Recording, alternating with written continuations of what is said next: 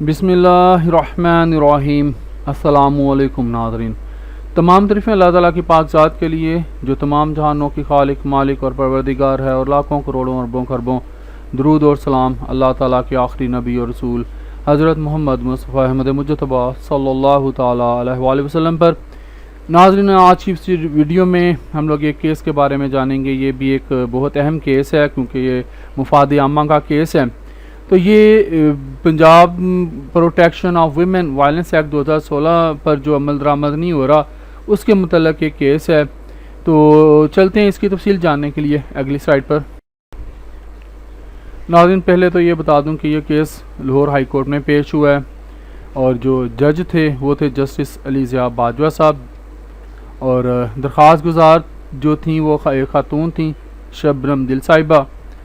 नाज़रीन, इसकी तफसील कुछ इस तरह है कि जस्टिस अली ज़िया बाजवा साहब ने खातून शबनम दिल की दरख्वास्त पर जो इस केस की समाअत की जो उन्होंने दी हुई थी, तो अदालत ने हुक्म दिया था कि जो सेक्रेटरी वेलफेयर हैं और जो डीजी वेलफेयर हैं वो और जो दूसरे अफसरान हैं वो भी पेश हों। तो ये सारे जो थे इस केस में पेश हुए थे। दरख्वास्त गुजार खातून ने कहा था कि मेरी जो बेटी है मलका, उसके खामन की जो है वो अब तहवील में है, वहाँ से बाज़याबी करवाई जाए। इसके लिए उन्होंने दरख्वास्त दायर की हुई थी और इसमें ये मौक़िफ़ इख्तियार किया था कि मेरी जो बेटी है उसको उसके खामन से जो है वो बाज़याब करवाया जाए कि उसके खामन ने उसको हब्से बेजा में रखा है और उस पर तशद्दुद करता रहता है। अदालती हुक्म पर पुलिस ने दरख्वास्त गुजार जो थी ये शबनम दिल साहिबा, उनकी बेटी मलका को बाज़याब करके अदालत में जो था वो पेश कर दिया था।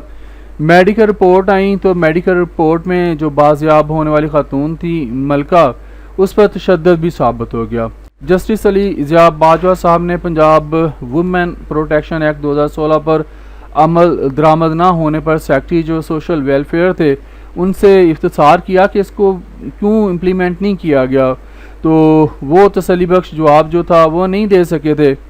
जस्टिस अली ज़िया बाजवा साहब ने सहर बंदयाल जो थे उनको अदालती मुआवन मुकर्रर करते हुए रिमार्क्स दिए कि एक्ट बनने के बाद सिर्फ मुल्तान में जो है इसका इतलाक़ हुआ है और बाकी जो 35 अज़ला हैं उनमें अमल दरामद क्यों नहीं हुआ।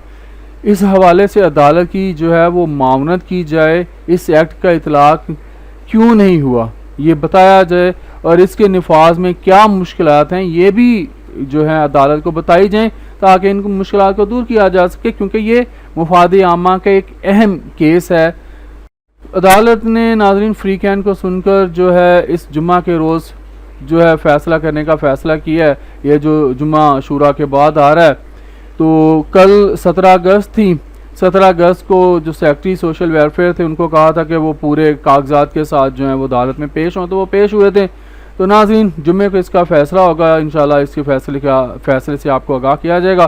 तो आज के लिए इतना ही। ज़िंदा रहा तो आपके साथ फिर इंशाल्लाह अगली वीडियोज़ में मुलाकात होगी। इजाज़त दीजिए, अल्लाह हाफ़िज़।